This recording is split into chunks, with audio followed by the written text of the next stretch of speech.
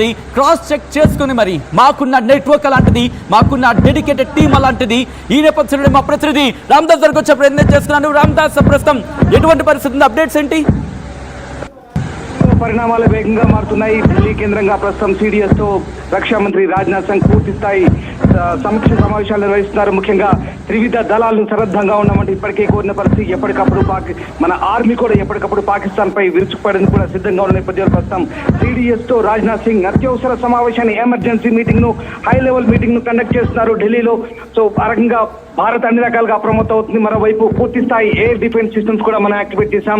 ZSU-23 షిల్కా, ఇది పూర్తిగా anti air craft weapon system. ఇది మనం ప్రతి విమాన ఆయుధ వ్యవస్థ, ఇది స్వయంచాలక వ్యవస్థగా చెప్తుంటాం. ఇది సోవియట్ యూనియన్ తీసుకున్నాం, దీన్ని యాక్టివేట్ చేసాం. అలాగే L-70 ప్రస్తుతం ఇది ఇండియా చైనా బార్డర్ లో వాడుతున్నాం.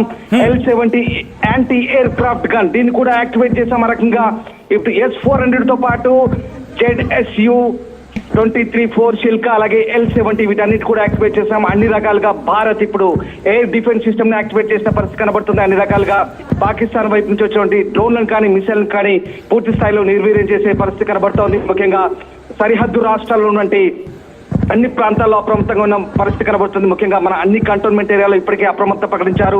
భారత ప్రభుత్వం హై అలర్ట్ ప్రకటించింది. దాదాపు అన్ని రాష్ట్రాల్లో, నార్త్ ఇండియాలోని అన్ని రాష్ట్రాల్లో కూడా హెచ్చరికలు జారీ చేసిన పరిస్థితి కనబడుతుంది. ఇప్పటికే సైరన్లు మోగుతున్న ఎక్కడెక్కడ ప్రజలు కూడా అప్రమత్తంగా ఉండాల్సిన పరిస్థితి కనబడుతుంది. డెఫినెట్ గా ఈ నైట్, దిస్ నైట్ ఏదో జరగబోతుంది. ఈ రాత్రి భారత్ ఖచ్చితంగా ఒక జవాబు చెప్పబోతుంది. పాకిస్తాన్ కు ఖచ్చితమైన ఆన్సర్ ఇచ్చే ప్రయత్నం కనబడుతోంది. ముఖ్యంగా దుస్సాహసం చేసింది. ప్రోగ్రామ్ పై కూడా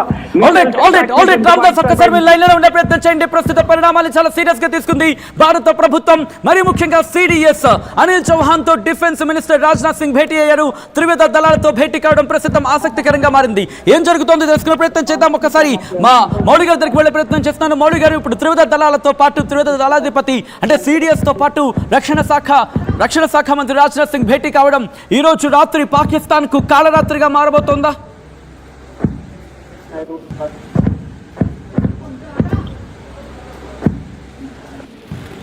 మౌళి గారు,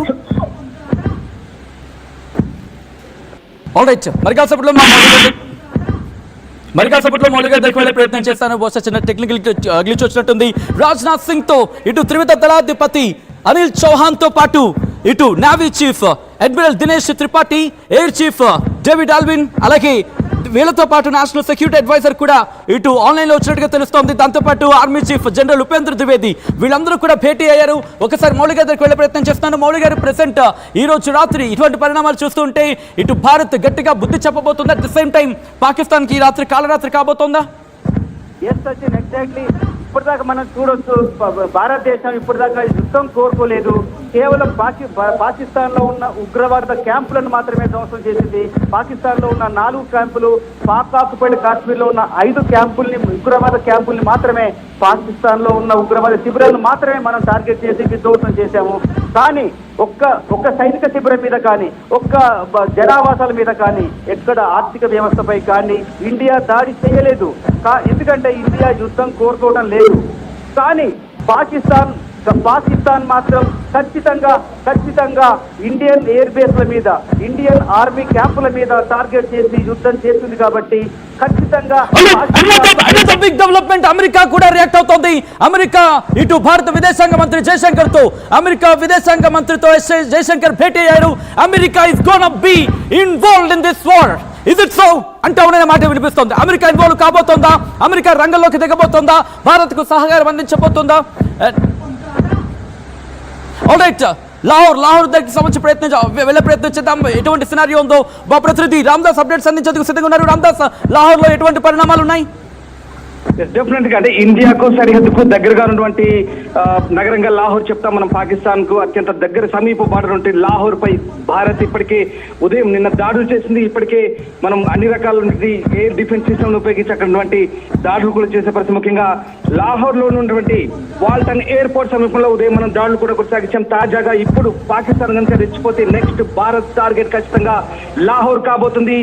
భారత్ కు అత్యంత సమీపాన ఉన్నటువంటి లాహోర్ లో ఉన్నటువంటి కంటోన్మెంట్ ప్రాంతాన్ని, అక్కడ ఉన్నటువంటి గోపాల్ నగర్ కావచ్చు, మిగతా ఆ ప్రాంతాన్ని కూడా ఖచ్చితంగా టార్గెట్ చేసే అవకాశం కనిపిస్తుంది. ఎందుకంటే భారత్ కు అత్యంత సమీపంలో ఉన్నటువంటి సరిహద్దు ప్రాంతంగా మనం లాహోర్ చెప్తాం. చాలా 100 కిలోమీటర్ల దూరం లోపల ఈ లాహోర్ మనకు సమీపంలో ఉంటుంది. కాబట్టి ఖచ్చితంగా భారత్ కనుక టార్గెట్ చేస్తే ఫస్ట్ టార్గెట్ డెఫినెట్ గా లాహోర్ కాబోతుంది. లాహోర్ కంటోన్మెంట్ ప్రాంతంతో పాటు లాహోర్ ఎయిర్పోర్ట్ పై కూడా మనం ఇవాళ ఉదయం కొన్ని దాడులు కొనసాగించాము. సమర్థవంతంగా దాడులన్నీ కూడా పూర్తి స్థాయిలో లాహోర్, రావల్పిండి, కరాచీ అలాగే ఇస్లామాబాద్ ఈ ప్రాంతాలన్నీ కూడా మనకు చాలా సమీప ప్రాంతంలో ఉంటాయి. ఈవెన్ పెషావర్ దాకా కూడా, ముల్తాన్ వరకు కూడా పూర్తి స్థాయిలో భారత్ అన్ని రకాల టార్గెట్ ఫిక్స్ చేసినట్టుగా కనబడుతోంది. ఒకవేళ భారత ఆర్మీ కనుక పని చెప్పాలనుకుంటే, భారత త్రివిధ దళాలు కనుక ఖచ్చితంగా టార్గెట్ చేయదలుచుకుంటే ఫస్ట్ టార్గెట్ లాహోర్ కాబోతుంది. అండ్ మోర్ ఓవర్ పాకిస్తాన్ సంబంధించినటువంటి అన్ని సరిహద్దు ప్రాంతాలను కూడా మనకు చాలా దగ్గరగా ఉంటాయి, చాలా సమీపంగా ఉన్నాయి. ఈ ప్రాంతాలన్నింటి కూడా ముఖ్యంగా ఇటు పిఓకే మొదలుకొని అటు కంప్లీట్ గా ఇటు పంజాబ్ ప్రావిన్స్ అలాగే సింధు ప్రావిన్స్, ముఖ్యంగా లాహోర్, ఇస్లామాబాద్ ఈ బార్డర్ అంతా కూడా చాలా సమీపంగా ఉంటుంది. కాబట్టి ఖచ్చితంగా భారత్ కూడా నిర్దేశిత లక్ష్యాలను టార్గెట్ ఫిక్స్ చేసుకున్నట్టుగా కనిపిస్తుంది. ఇప్పటికే రాజ్నాథ్ సింగ్ త్రివిధ దళాధిపతులతో సమావేశమయ్యారు. భారత్ ఎప్పుడు సివిలియన్స్ పై టార్గెట్ గా చేసుకుని అటాక్ చేయదని చెప్పాం. కానీ ఇప్పుడు పాకిస్తాన్ వైపు నుంచి సివిలియన్ అటాక్ టార్గెట్ గా చేసుకొని భారత్ లక్ష్యాలను సావరంగా చేసుకొని పూర్తి స్థాయిలో అటాక్స్ అయితే చేస్తుంది. ముఖ్యంగా జమ్మూ నుంచి మొదలుకొని, జమ్మూలో కూడా చాలా మంది సివిలియన్స్ పై అటాక్ చేసింది. అలాగే చాలా ప్రాంతాల్లో పంజాబ్ కావచ్చు, అలాగే రాజస్థాన్ ప్రాంతంలో ముఖ్యంగా సివిలియన్స్ అటాక్ చేసుకుంది. అండ్ మోర్ ఓవర్ ఎల్ఓసిలో సీజ్ పాయింట్ ఉల్లంఘించి చాలా ప్రాంతాల్లో సాంబా దగ్గర నేషనల్ హైవే పై పూర్తిగా అక్కడ బ్లాక్ చేసే ప్రయత్నం చేస్తుంది. శ్రీనగర్ హైవే పై కూడా అటాక్ చేస్తుంది.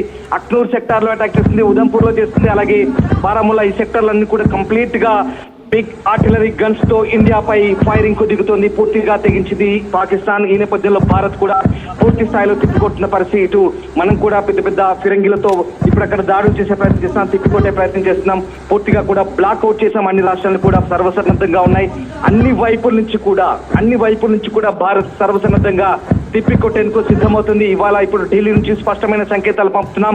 ఆపరేషన్ సింధూర్ ఈ రకంగా తెల్లవారుజామున అర్ధరాత్రి మొదలుపెట్టి పూర్తిగా పాకిస్తాన్ గుండెలు గుబ్బులు రేపమో ఇప్పుడు ఇక ప్రత్యక్ష యుద్ధానికి పాకిస్తాన్ కయ్యానికి కాలు దిగింది. కాబట్టి ఖచ్చితమైనటువంటి నిర్దేశిత లక్ష్యాలు మనం కూడా ఎంచుకొని సరైన సమాధానం, ఖచ్చితమైన ఆన్సర్ చేసేందుకు ఇండియా రెడీగా ఉంది. అదే సంకేతాలు ఇప్పుడు ఇస్లామాబాద్ కు ఢిల్లీ నుంచి వెళ్తున్నాయి. ఖచ్చితంగా భారత్ అనుకున్న టార్గెట్ ను ఖచ్చితంగా ఇప్పుడు రీచ్ అయ్యే అవకాశాలు కనిపిస్తున్నాయి. ముఖ్యంగా ఎయిర్ ఫోర్స్, ఇండియన్ నేవీ అలాగే ఆర్మీ అన్ని రకాలుగా సన్నద్ధంగా ఉంది. సీరియస్ ఇప్పటికే రక్షణ మంత్రులు అదే అంశాన్ని చేరవేస్తున్నారు. అలాగే అటు లోక్ కళ్యాణ్ మార్గ్ లో ఉన్న ప్రధాని నివాసాన్ని కూడా ఎప్పటికప్పుడు అజిత్ దోవల్ కు కోఆర్డినేట్ చేస్తున్నారు. అలాగే పూర్తి స్థాయిలో అటు minister of external affairs Vikram Misri కూడా పూర్తి స్థాయిలో ప్రధాన మంత్రికి కోఆర్డినేట్ చేస్తున్నారు. ఏం జరుగుతుందో, రక్షణ శాఖ ఏం చేస్తుందో, అలాగే పూర్తి స్థాయిలో భారత్ ఎలాంటి సన్నద్ధాలు ఒక్కసారి మీరు లైన్ లో ఉండండి. And now the big breaking news అందుతోంది. నేషనల్ సెక్యూరిటీ అడ్వైజర్ ఇటు అజిత్ దోవల్ ప్రధాని మోదీతో భేటీ అయ్యారు.